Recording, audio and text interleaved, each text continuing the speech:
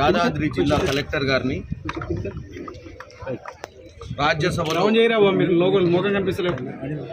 హోంశాఖ మంత్రి అమిత్ షా గారు మన రాజ్యాంగ ప్రదాత అంబేద్కర్ గారి గురించి వక్రీకరించి మాట్లాడిన విషయాన్ని ద్రౌపది ముర్ము గారికి, ప్రెసిడెంట్ ఆఫ్ ఇండియా గారికి కలెక్టర్ గారి ద్వారా ఈ కంప్లైంట్ రిజిస్టర్ చేయడం జరిగింది, మెమరాండం ఇవ్వడం జరిగింది.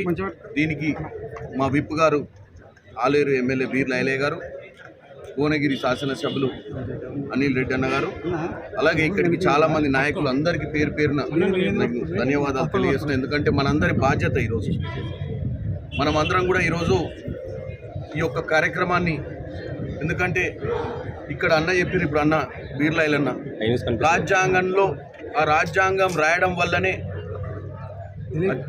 ప్రపంచంలోనే అత్యధిక జనాభా ఉన్నటువంటి ప్రజాస్వామ్య దేశం ఈరోజు సురక్షితంగా ఉందంటే ఈ రాజ్యాంగంలో ఉన్న నిబంధనత వల్లనే ఉన్నది.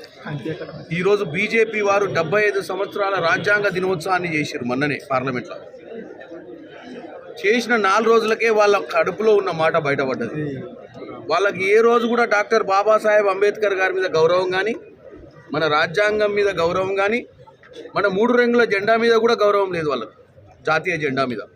ఎందుకంటే ఆ రోజు అంబేద్కర్ గారు రాజ్యాంగం రాసిన మొదట్లోనే ఈ రాజ్యాంగం పనికిరాదు, దీన్ని చెత్తబుట్టలేయాలని మాట్లాడినటువంటి పరిస్థితి ఆ రోజు ఆర్ఎస్ఎస్. మనుస్మృతి అనే ఒక డాక్యుమెంట్ని తయారు చేసి రాజ్యాంగం కంటే ఇది బాగుందని చెప్పి ఆ రోజే హేళనంగా మాట్లాడినటువంటి పరిస్థితి ఆర్ఎస్ఎస్. ఈ బీజేపీ, ఆర్ఎస్ఎస్ వీళ్ళెవరికి కూడా ఈ రాజ్యాంగంలో అందరూ బాగుపడాలి, దళితులు, వెనుకబడ్డ అట్టడుగు వర్గాలందరికీ కూడా అవకాశాలు రావాలన్న ఉద్దేశం ఏ రోజు లేకుండే.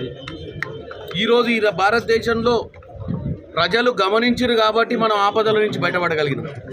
ఒకవేళ ప్రజలు గమనించకపోయి ఉంటే అబ్కీ బార్ 400 అంటే ఈసారి 400 సీట్లు కావాలని కోరుకున్నటువంటి నరేంద్ర మోడీకి కనుక 400 సీట్లు ఇచ్చుంటే రాజ్యాంగాన్నే మార్చేటువంటి కార్యక్రమం పెట్టుకుండు. కానీ ప్రజలు అప్రమత్తం కావడం, 240 సీట్లు ఇవ్వడం వల్ల ఇలా రాజ్యాంగాన్ని కాపాడుకోగలిగినాం. కానీ వాళ్ళ మనసులో ఉన్నటువంటి విషయాన్ని ఇంకా వాళ్ళు మైమర్చిపోలేకపోతున్నారు. కాబట్టి రాజ్యసభలో అమిత్ షా గారు మాట్లాడిన విధానం ఇప్పుడే మా అన్నలు చెప్పారు. అంబేద్కర్ మాట కూడా ఉచ్చరించొద్దు, దేవుణ్ణి ఉచ్చరించుకొని మీకు పుణ్యం దక్కుతుంది అని చెప్పిండంటే ఎంత ధైర్యం ఉండాలి, ప్రజలు ఏమనుకుంటారని కూడా ఆలోచన లేకుండా. దానికోసమే ఈరోజు మేము కలెక్టర్ గారికి